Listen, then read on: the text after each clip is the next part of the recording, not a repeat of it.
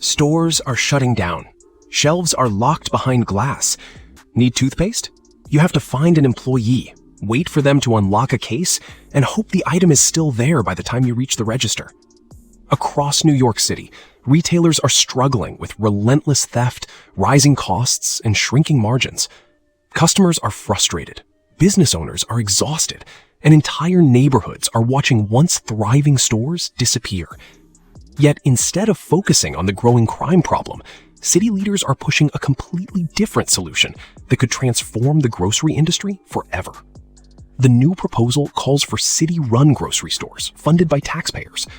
Supporters claim these stores will provide cheaper food and help struggling families.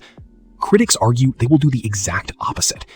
While private businesses must worry about theft, rent, payroll, taxes, and competition, government-run stores would operate with taxpayer backing. For many independent grocers, that creates a competitor they simply cannot match.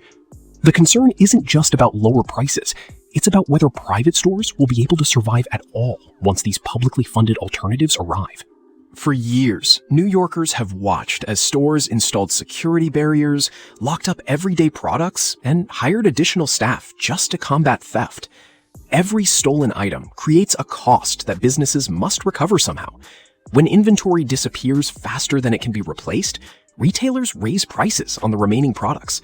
The result is a hidden tax paid by every law-abiding customer who walks through the door. The people following the rules end up paying more because others are not. It's a cycle that continues driving prices upward while making life harder for both shoppers and store owners. Now, city officials believe publicly funded grocery stores can ease the burden by offering lower-cost goods. But many critics question whether slightly cheaper groceries can solve New York's much larger affordability crisis. Residents are facing some of the highest rents in the country, expensive utilities, rising taxes, and increasing costs for nearly every aspect of daily life. Opponents argue that shaving a few cents off an orange or a gallon of milk will not change the reality of families struggling to pay thousands of dollars each month just to keep a roof over their heads. Perhaps no one feels the threat more than small business owners who spent decades building their stores. Many of these entrepreneurs arrived in America with little money, worked entry-level jobs, and slowly climbed their way up through determination and sacrifice. One supermarket owner began by working in a grocery store as a teenager and eventually built a chain of successful supermarkets serving local communities. Now he fears that city-funded competition could erase decades of work almost overnight. If even a fraction of his customers shift to government-operated stores, he worries that his business may no longer be able to cover rent, payroll, and operating costs. The situation becomes even more controversial when considering where the funding comes from. Private stores pay taxes, utility bills, permits, and countless operating expenses.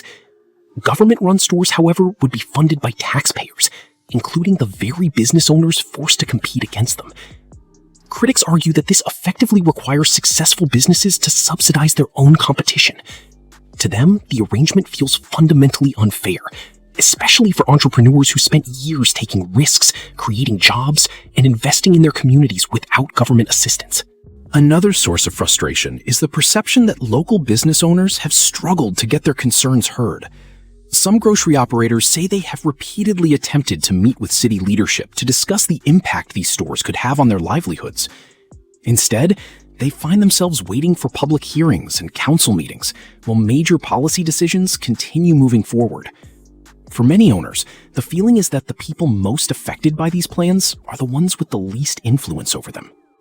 Beyond grocery stores, critics point to a broader pattern of government spending on ambitious social programs at a time when many residents are leaving the city.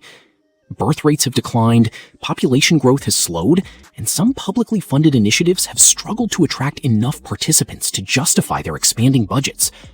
Opponents argue that leaders continue proposing expensive new programs without first evaluating whether existing ones are delivering the promised results. They worry that taxpayers will be asked to fund more projects while seeing little improvement in affordability or quality of life. Supporters of the grocery store proposal insist that public intervention is necessary because traditional markets have failed to provide affordable food in certain neighborhoods. They believe government-backed stores can fill gaps, increase access to fresh produce, and help families struggling with inflation. Critics counter that increasing competition through private investment, reducing barriers for businesses, and addressing crime would be more effective solutions.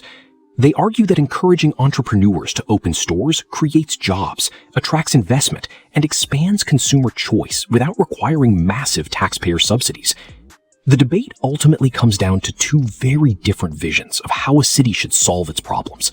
One side believes government should play a larger role in providing essential services directly to residents. The other believes that stronger private businesses, lower barriers to growth, and safer communities offer a more sustainable path forward. As New York moves ahead with these plans, business owners, taxpayers, and shoppers are left wondering what the city will look like in the years ahead. Will publicly funded stores make life more affordable, or will they accelerate the decline of the very businesses that helped build the communities they now aim to replace?